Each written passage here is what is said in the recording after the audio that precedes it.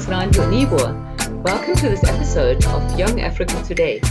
In today's episode, I'm reconnecting to a long-time acquaintance and consulting colleague, Jonah Mungoshi from Harare in Zimbabwe. Jonah and I used to work together on a number of consulting projects in the previous decade, but for the past decade, we haven't been in touch mainly because my life just took me in a very different direction. And it was just lovely to reconnect to him. We've always been connected on LinkedIn. And so I thought now is the time to find out what has Jonah Mungoshi been doing. Jonah is a motivational speaker and author, and he does business coaching. So I hope you enjoy this interview. Jonah Mungoshi, isn't it amazing that we are able to reconnect after, I think it's 11 years?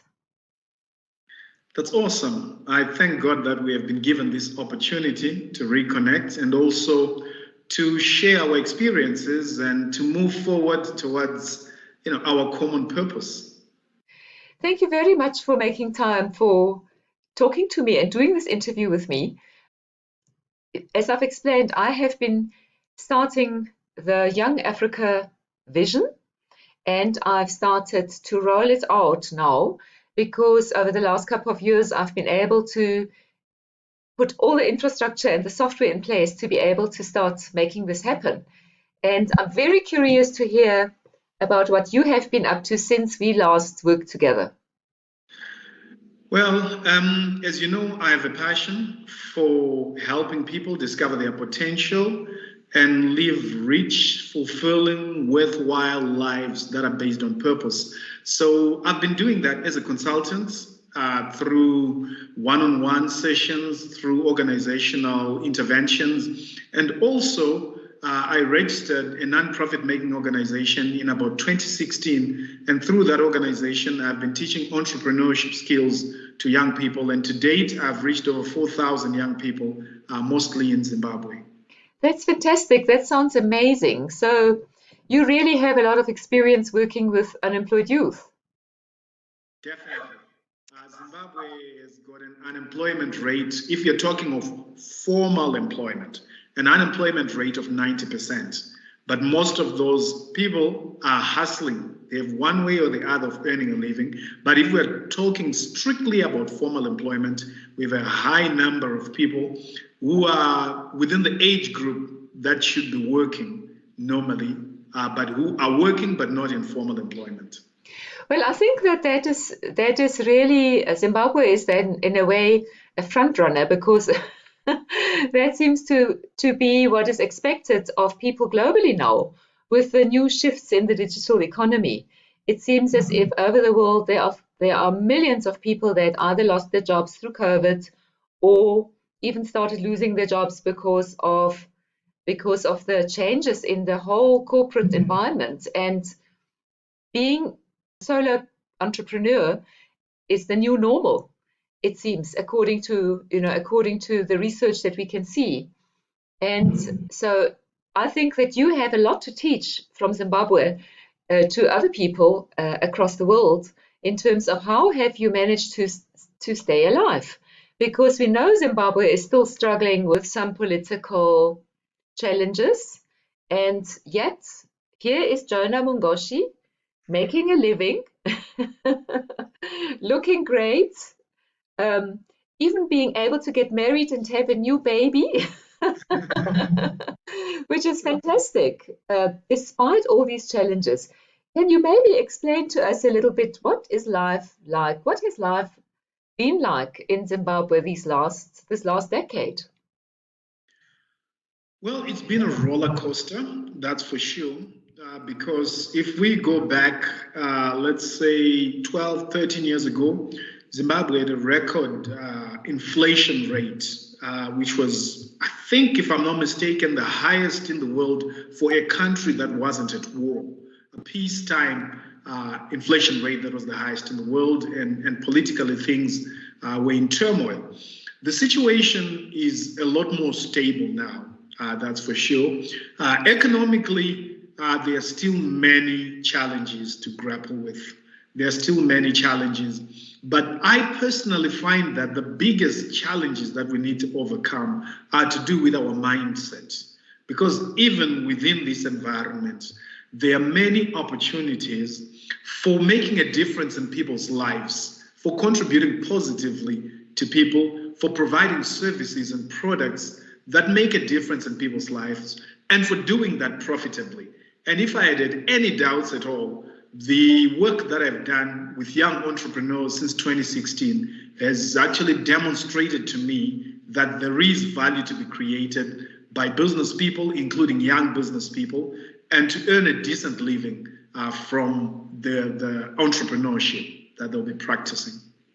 That sounds really amazing. I must say that I get so excited when I listen to you because 20 years ago, well, next year will be 20 years ago, I published that book called Young Africa, Policy Blueprint for a Continent of Youth. And at that time already, I just knew that Africa has a hugely beautiful future if we can help young people understand that they are able to fulfill their potential, their God-given potential, and that they are able to transform this continent to a very successful and very prosperous continent. And what you are telling me is that young people in Zimbabwe, the 4,000 youth that you have been working with, have already started doing this despite extremely difficult socio-political and economic context. And that just makes me more convinced that over the next 5 years, because you've now, if you started in 2016, that's now 5 years. So now, if we can do what you've done and upscale it because we have better technology, we combine our knowledge and we can reach out to all 200 million young people who are in Africa now, who are unemployed or underemployed, and we can help teach them what we have learned, and we can help connect them to systems that can resolve a lot of the difficulties that are facing any entrepreneur by working together. I think that we can definitely transform this continent, and not us, but the youth can transform the continent. And so I'm really excited about finding ways of how we can work together. But before we get to that, let me just ask you, what are some of the businesses that these young people that you are mentoring have started? Let me give you a couple of my favorite ones. One of the businesses is a recycling business where one of the young people went through the program, who happens to be a chemical engineer, did some research and experimented a lot, and then invented, well, maybe not invented, but designed and manufactured a plant to convert plastic into diesel. So, okay. Yes, he engages unemployed people to go and collect from the rubbish dumps plastics, and he takes these plastics that people throw away, and then he processes them into diesel using machinery that he designed, and then he had his fellow colleagues who graduates, artisans, fabricate this machinery. And then during COVID-19, because we were under lockdown, he was not getting enough supply of plastics, and then he had to change his technology, and now he's getting old tires from motor vehicles, from trucks, that is recycling into diesel, and he's producing 15,000 liters of diesel every month. That's one. Let me give you another one. There's a young man who studied agriculture. I need to interrupt you because I'm so excited about what you're telling me about this other entrepreneur. Because one of the strategies of Young Africa Investments, I set up a Young Africa Investments company in order to identify business opportunities that can be replicated almost like a franchise business, which means that you and I definitely, you have to introduce me to this young man because we have to work together to help him franchise his business. That we can have people who are building those machines, and either we can build them in the different countries across Africa, or we can just have them being produced in Zimbabwe and exported to all these other countries, and have a franchise business that can run in any other country in Africa. Doesn't that sound like a plan? Interesting. Excellent. I hadn't even thought of that angle. Yeah, so I think we're definitely. going to go into the fuel industry, Jonah. I think that I always believe that if God introduces me to somebody who has connections to something else, then that person and I need to go into business together. And there needs to be a shareholding in the venture that one does, because we are, you are adding value by knowing and having the connection. I'm adding value by bringing the franchise system and the fund finance for this. And the entrepreneur has, of course, the idea and is also part of the I think that's a power triangle that we need to work on. And so we're definitely having an offline conversation about that. And just as a matter of interest for our viewers, anyone who's listening to us and who wants to start a recycling plant that produces diesel is very welcome to contact us so that you can be a franchisee and we can help you to set up your recycling plant to produce diesel wherever you are. So please just know Jonah is obviously a precious jewel here in Africa, because through his connections, I'm sure he's going to help us create a whole bunch of franchise businesses. Anyway, let's listen to the next one. Young man or woman, let's not use gender, young person Okay. who studied agriculture and then decided that he or she would pursue a line of business that no one else was pursuing in Zimbabwe. He basically learned about the black soldier fly. This is a fly that is unique in that it produces larva, which is very high, which has got a very high content of protein, and it is used in stock feeds, especially as chicken feed. So he looked for sources, and he found out that there was a South African company where he could buy the black soldier fly to start breeding. And then he applied to the government for permission to import this. And most of the people in the government hadn't heard about this. They had to start reading about it. It took him 6 months to get a license. And finally, he's got that license, and he has started a thriving business where he's not only keeping and rearing chickens, that he's feeding on black soldier fly larva. You can do it as a fresh larva, or you can dry it. Most of us will call it maggots. And at the same time, he's actually training people, and he's helping them to also lower the cost of feeding their chickens by using this alternative feed. So I particularly like that because he was breaking new ground nationally. Nobody in Zimbabwe was doing that before he started it. That sounds just another amazing opportunity. And what I'm just curious is, do you know, what do the flies eat? Well, these flies are unique in that they don't carry diseases. They are not vectors for diseases. In their adult stage, they start as, I don't know which started first, the chicken or the egg, but from egg, it becomes larva, which is like the maggot, and then it becomes a pupa, and then it becomes a fly. When it's a fly, it doesn't eat anything. It only drinks water. The only time it eats is when it's a larva. So as a larva, they eat trash. Any trash you have that is biodegradable, they will eat. So the rotting vegetables, animal waste, they will eat that. So it's a great way of cleaning up an environment. And once it becomes a pupa, you wait a few days, and then out pops a fly. And that fly will only live on water, will reproduce, and I think they live for about 16 days. I might be wrong here. I'm not an expert in this area. And then that's it. That's the life cycle. So do the flies, are they kept in a closed environment so that they don't spread all over, or? Yes, they are kept in a closed environment in what is called the love nest. Okay.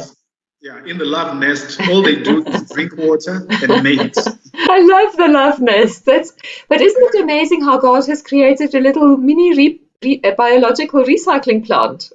Amazing. Totally amazing. So this is something that we definitely also have to pick up on and see how can we create that opportunity for others across Africa. So anyone who's out there who wants to create chicken feed or has a chicken farm, so does he sell the larva for the purpose of, does he sell kits for the purpose of people who own chicken farms? Yeah, also we want to breed. Okay. Also sell to in large quantities for those who are using it as feed. Okay, and so does he sell love nest kits? Does he sell love nest kits? I'm not too sure, but he does offer consultancy, Okay. infrastructure. Yes. Okay, well, I can see us talking with him on a video call very soon. No problem. You are a gold mine, Jonah. I'm saying relating what to do. Yes, but it's beautiful. It's really beautiful. So what is next? What is next? What is the next Maybe business we're going to take Africa-wide? one last one is an initiative, once again, kind of related recycling. There is a young lady who lives in a town called Wange, and Wange is the biggest coal producing place, is the biggest coal producing mines in Zimbabwe. And in processing the coal, they produce what are called coal fines. This is dust from Yes. and it is a nuisance. It's a nuisance to the environment. It's a health hazard, and this young man has found a way of combining this combining these coal fines with clay and making bricks. And those bricks are really strong. They have been tested by the Standards Association of Zimbabwe and have been approved, and they come cheaper than standard bricks Wow. that are normally made. So he's getting rid of an environmental challenge and at the same time providing a useful product, providing employment, and earning herself a livelihood. That is fantastic. And I think that is another thing that we definitely have to bring to South Africa so that she can earn royalties if anyone else uses the same recipe that she has. And so that we can help her grow her business in a way where she doesn't personally have to do a lot of work. So how does that sound like? Sounds great. See what I did after working for many years also in the development and youth development sector is I started praying for God for wisdom because I wanted to be strategic. You know, I was a strategic communication consultant. It was always for me about the strategy, about how to be the most strategic in terms of what it is that one does. And so I was praying to God and saying, please show me how can I be most strategic in positioning myself? Where must I position myself? And I really received clarity that my position should be behind the entrepreneur. I should not try to start any business for myself as much as I should build a system that can support any other entrepreneur who is already making money or somebody who wants to become a business owner. And so then I started focusing my attention on that, and I started I really looked into the e-commerce and into the digital environment because everybody needs to be online nowadays. This girl needs to sell. Maybe she's already selling her bricks online. Maybe she isn't. This guy that's got the love nest needs to needs to start communicating, beyond the boundaries of Zimbabwe. He needs to start communicating. And even within Zimbabwe, his communication needs to be probably improved. And so I just decided to place myself behind the entrepreneur and to develop businesses that are going to be systems of helping others grow their business. And the first system is a software system. I won't mention it yet because because it's not ready. It's not quite ready. I need about another 3 months, then I can start launching it publicly. But the first one is about all the software that one needs to be able to run your business from your cell phone. Because remember, as a consultant, we are always traveling and we always want to know what's going on at home with the people that are working with us. And I found that very challenging. And so I started working on bring together software that can make it possible. But the second thing is really the whole thing around franchise-based businesses, because having the software makes it so easy to take any business and build it on the software, and then you can replicate it easily, because now you have all the policies and procedures in place, you have the workflow in place, so it's very easy to train other people to be able to take an idea that's working well and replicate it anywhere. So the franchise strategy is really a key focus area that I've spent a lot of time researching and putting things together. And then thirdly, it's around what you do, and that is the youth. It's around taking a young person from this level to that level, and in the process helping them to understand how to make money, how to manage their money, how to grow their wealth, and whether they are looking, whether they want to pursue a career and work for somebody else, or whether they want to actually start a business, it doesn't matter. The training helps everybody just fulfill their potential in a better way. And I definitely want to talk with you offline about that, because there is also an opportunity for you, I believe, to expand the work that you are doing using the systems, the software that I have. So, and also that you have written books, and we'll talk about that just now. I just wanted to say that the third piece of my business, so the first one is around the systems, which also sort of a subsection of that is the franchising. The second part is around the training. And the third part is about publishing, because I really believe that books are the key to everything. And yes, we can read a lot on the internet, but I still see a place for books. And I still see a value in having physical printed books. And so the students I founded the Academy for a Young Africa as a nonprofit training institution. And all the books that the students of the Academy for a Young Africa will need will be published by my publishing company. And so the three things work together. That is really what my model of standing behind the entrepreneur is all about. And I really believe that taking someone who is now earning very little as a young person and helping them to increase whatever it is that they are earning is the key to transforming the state of prosperity in Africa. So that is really, I just wanted to talk about that. But now I'm going to ask you to please tell our viewers about your book.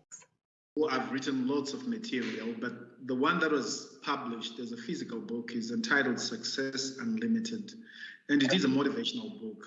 It's my take on practical actions that people can take in order to live impactful lives, positively impactful lives, where you are working to discover your God-given purpose, the difference that you can make in the world, applying your God-given talents, developing that talent, and then utilizing the knowledge, the skills, the opportunities that you get to positively impact the world. So I'm big on impact. I believe we're all created for a purpose, and that the only way we can have true fulfillment in life is when our lives are aligned with our God-given purpose. So this is what the book does. It's an action book, because every chapter in the book is just challenging you to get out of your comfort zone, to not do what is easy, but to do what you believe is right. And also, as you do it, to be in the environment for success where you are living a life of integrity, and you are living a principled life, where you're not violating what I call principles, which are universal laws that when you violate, there are negative repercussions, leading to all sorts of suffering for you and for the people around you. So whilst I work with young people on entrepreneurship, and indeed with older people, I do not only look at entrepreneurship, but I also look at their mindset. I also look at their total well-being, including their physical, spiritual, mental well-being as well. I think this is why we always connected so well, Jonah. And I really, it's very interesting to see how God has taken us on our separate journeys. Just for our viewers, Jonah and I met because we both were working as consultants to an American grant-making organization. And that is how we how we connected. But then all kinds of things happened, and our lives sort of went separate paths for the last 10 years and a bit. And it's just amazing how God is now creating an opportunity for us to start reconnecting. Because one of the things, Jonah, that I really want to do is I really want to republish your book as one of the books that I want to put into the study book. I'm calling it the Young Africa Book Club, but I'm also planning to have a book club for women and a book club for business owners, business leaders. And I would love to have your book for all three of them. So we'll talk offline about that. But in closing, Jonah, these interviews always go far too quick, but I really wanted to, just as a matter of interest, ask you. My research has convinced me that every human being on earth, right at this point in time, no matter in which country they live, needs at least 1,000 US dollars to build a basic but decent life. Would you say that that would be true for Zimbabwe? Starting $1,000 is starting capital. No, as a salary, as an income, on a monthly income. On a monthly income basis. Yes. Yeah, I think you can get by as a young person starting on that. Most of the young people I've dealt with are not making that much. Yes. Actually making less than that. But I think with $1,000 US per month, you can make a decent living. I'm just putting things in context, looking at a few years ago when Zimbabwe started to recover from the crazy hyperinflation days of 2008. I think a teacher's salary was $400 US. And the teachers could basically eke out a living. It's not a highly comfortable living, but even a teacher with a small family could manage on that. Today, I think in real terms, they're actually getting less than that, which is really tough. So a young person making $1,000 could live a reasonably comfortable life. It's a good starting point. Well, the thing is that I also just started looking at wisdom from the Bible and looking at, what does the Bible teach us about economy and about money and about making money? And one of the key messages that I found, also looking at what other people are teaching that have studied the Bible, is that really the Bible encourages us to have 3 forms of income at any one point in time, at least.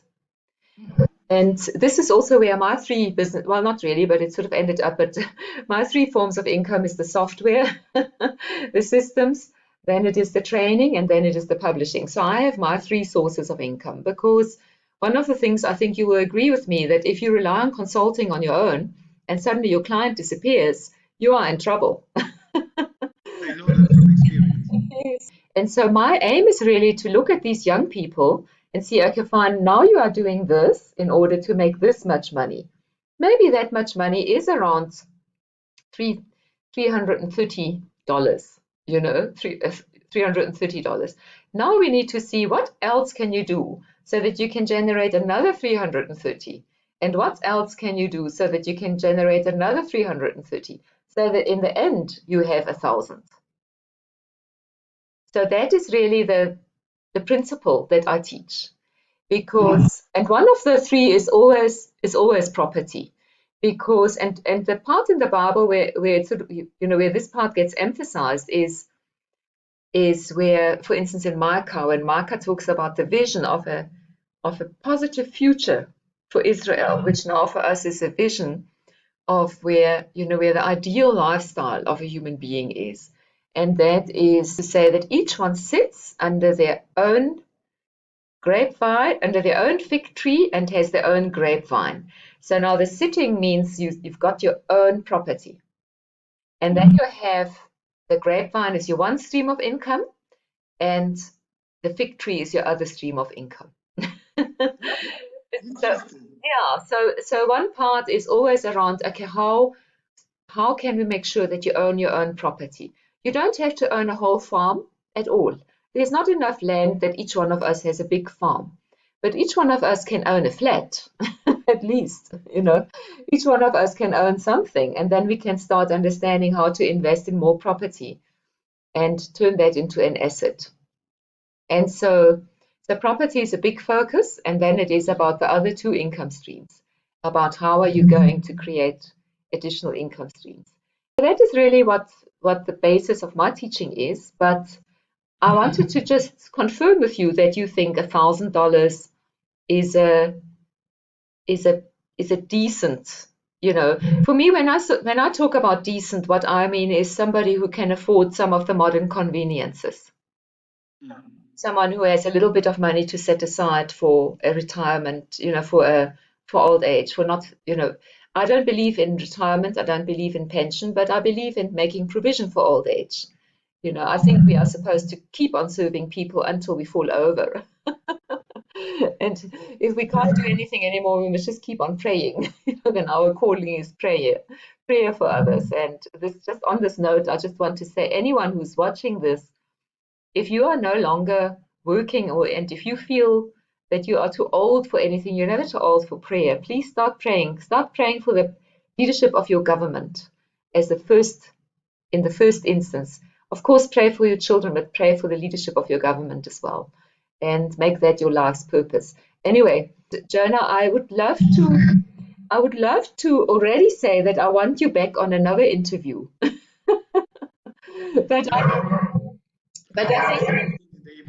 I think what we need to do is we need to do some work offline, and then we will give feedback on our progress to be accountable to the whole world on YouTube, on this channel, to show them what we have achieved as we have been working offline together. And just tell me in closing, is your book available at the moment? Can people buy it anywhere? Unfortunately, it's not. It's out of print. Out of print. Okay. Yeah. Okay, so no, I will publish it for you. So we're going to make sure it gets back into print. And I was thinking that as you were talking about that you have a lot of material, I think that Jonah Mungoshi needs to write more books. So you are doing training now, that is your one source of income. So now we must make sure that writing books becomes your second source of income. And then we need to see about property. Do you own any property right now? Yeah, I do. Oh, good. Very good. Properties. Fantastic. So that's a good starting point for growing your wealth in the property sector. So anyway, so I always like to practice what I preach. So I always like to see how can we help anyone to follow these three income or forms of wealth, sources of wealth that the Bible teaches us that we should have. So Jonah, I'm really sorry our time is over, but I'm looking forward to our next interview. Thank you for your time. Thank you, Reinhild. It's been a pleasure and an honor to link up again, and I'm really grateful that I have this opportunity to talk to you, and I found what you're doing is very well aligned with what I'm doing, and I also like the coherence of your three areas of activity. Thank you. I can tell you, I am enjoying doing these interviews enormously. The fact that Jonah spoke about the young entrepreneurs that he has been mentoring in Zimbabwe, and he also mentors older people, he doesn't only mentor youth, and spoke about these three amazing business opportunities. And immediately I just saw an opportunity for franchise-based businesses. And if there's one thing I hate, it's reinventing the wheel. So please, if you want to start a business and you've never run a business, unless you have a highly innovative idea that no one has ever done before, please don't start that business. Rather, work with me to make sure that we can identify your area of interest and identify an existing proven success model in the form of a franchise, so that you can have the support that you need and that you can get started and be successful quicker. All the research shows that a good franchise system has a much lower risk than a startup business. And so let's talk. There's a lot of business to be made in Africa. Thank you for watching. See you in the next episode.